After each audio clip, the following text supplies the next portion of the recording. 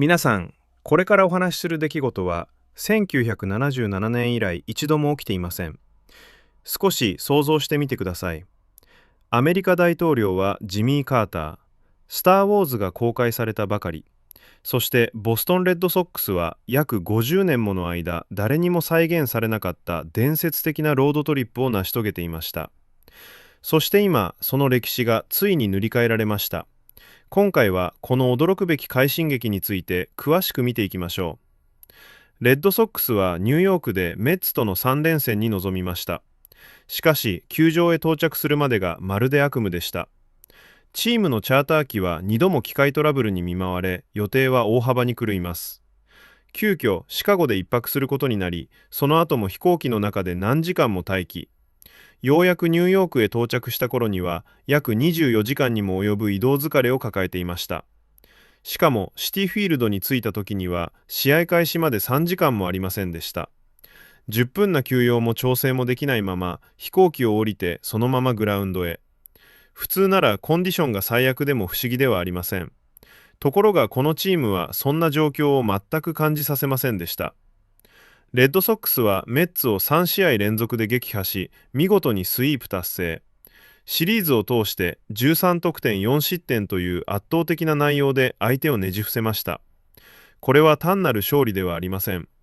チームとしての強さを証明する最高のパフォーマンスでした。しかし、本当に歴史的なのはここからです。このメッツ戦はエンゼルス、ホワイトソックス、そしてメッツと続いた9連戦ロードトリップの最後でした。レッドソックスはその9試合すべてに勝利、9勝0敗、完全無敗でロードトリップを終えたのです。実はレッドソックスがロード9連戦を全勝したのは1977年以来。当時はエンゼルス、マリナーズ、アスレチックスを相手に9連勝を記録しました。それから約50年、今回のチームはその伝説の記録に並びました。100年以上の歴史を持つ名門球団でわずか2度しか達成されていない快挙です。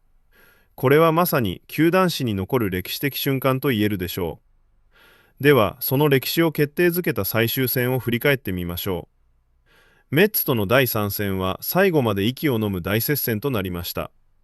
最大の分岐点となったのはメッツのスター遊撃手フランシスコ・リンドーアのプレーです。試合終盤、メッツには試合を終わらせるダブルプレーのチャンスが訪れました。このプレーが決まれば試合終了、メッツの勝利でした。しかし、送球が乱れ、プレーは失敗。その一瞬のミスで試合の流れは一変します。レッドソックスはそのチャンスを逃さず2点を奪い、一気に同点へ。勝利目前だった試合は振り出しに戻りました。これこそ野球の怖さです。たった一つのミスが試合のすべてを変えてしまう。そして勢いに乗るチームはその隙を絶対に見逃しません。試合は延長10回へ。そこでヒーローとなったのがアンソニー・サイグラーでした。サイグラーは犠牲フライを放ち、決勝点を叩き出します。まさに勝負強さを見せつける一打でした。最終スコアは3対2、レッドソックス勝利。歴史的な9戦全勝ロードトリップが完成しました。さらに忘れてはならないのがギャレット・ウィットロックです。延長10回を完璧に締めくくり、メッツ打線を三者凡退。プレッシャーのかかる場面でも冷静さを失わず、完璧なリリーフでチームを勝利へ導きました。さて、この快進撃は単なるロードトリップだけの話ではありません。実はこのチームはシーズン序盤、非常に苦しんでいました。開幕から10勝17敗、ファンの間では今季は厳しいという声も増えていました。4月下旬には球団が大きな決断を下します。ワールドシリーズ優勝監督のアレックス・コーラ監督とコーチ陣の大半を解任。シーズン途中での大胆な監督交代でした。暫定監督としてチャド・トレーシーが就任しましたが、最初は結果も安定しません。その後も苦戦が続き、5月下旬から6月下旬には10勝19敗。プレーオフ争いから脱落すると予想する人も少なくありませんでした。しかし、すべてが変わったのは6月25日でした。ヤンキース戦で6対3の勝利を挙げたことをきっかけに、チームは完全に別の姿へと変貌します。そこからの成績は驚異の16試合で14勝2敗。もはや単なる好調ではありません。リーグ屈指の強さを見せるチームへと生まれ変わったのです。数字を見てもその変化は明らかです。この期間のチーム防御率は 2.53。投手陣は相手打線を完全に封じ込めています。一方、打線も平均 4.9 得点と爆発。開幕から78試合で平均 3.9 得点だったことを考えると、攻撃力は大幅に向上しています。特定の選手だけではありません。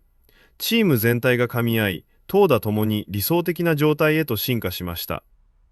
精神面でも大きな変化が見られます。シーズン序盤には自信を失っていたチームが、今では強い自信と勢いを持ってプレーしています。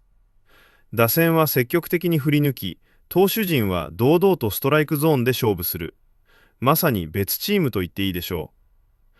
そしてこの快進撃によってプレーオフ争いも一変しました。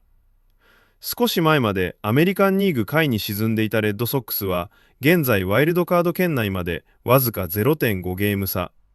4月には誰も想像していなかった位置まで浮上してきたのです。ただし課題も残っています。最大の問題はホーム成績です。フェンウェイパークでの戦績は17勝27敗。これはメジャーリーグ全体でも最悪クラスです。しかもレッドソックスは本拠地で負け越したシーズンにプレーオフへ進出したことが一度もありません。つまりこの歴史的ロードトリップの勢いを本拠地でも再現できるかどうかが今後の最大のポイントになります。その最初の試練が地区首位タンパベイレイズとのホーム3連戦です。ここで勝てるかどうかが本当の意味でプレーオフを狙えるチームなのかを証明することになるでしょう。選手たち自身もそのことを十分理解しています。ロッカールームでは責任感やチームの結束について語られ、シーズン序盤に作ってしまった借金を自分たちの力で返していこうという空気が強まっています。シーズン後のままではられます。選手たち自身もそのことを十分に彼していこう、統治町の自分たちの自分だと心が強まっていました。ロッカールームでは責任感やチームの結束について語られているもの、コクが強まっています。その席はデライで使った頃手まります。レッドソックスがシェーシュに戻くれは自分たちの話がしました自分のゲーム差。この問題は食商民の例材のものがコクが集まります。選手たち自身もそのこと十分にらけれます。メザレの阻止とも毒、メザレの話がしますみ見ていた。夢が来ていかたのです。ロッカールームでは責任感やチームの結束について語られていまてもすごろとも。そして代償にも最初のせとくりかくられます。ロッカールームでは責任感の自分の上昇を見ます。ロッカールームでは責任感の17チーマンに余命学と思ってたらけれます。ロッカールームでは責任感なチームの今月の隠られているもの。ロッカールームでは責任感の17チーマン。ロッカールームでは責任感の17チームます。ロッカールームでは責任感の17チームます。上州坂のとちらっていました。元をこどまれないと思い出します。そして今、白木田の17の一斉のところ、ロッカールームでは責任感の17チームます。子もそれたくとし、みなじにここらたいもだれます。ロッカールームでは責任感の17チームます。そし、最初の状況したと今のしていかられます。元を広角のできていた。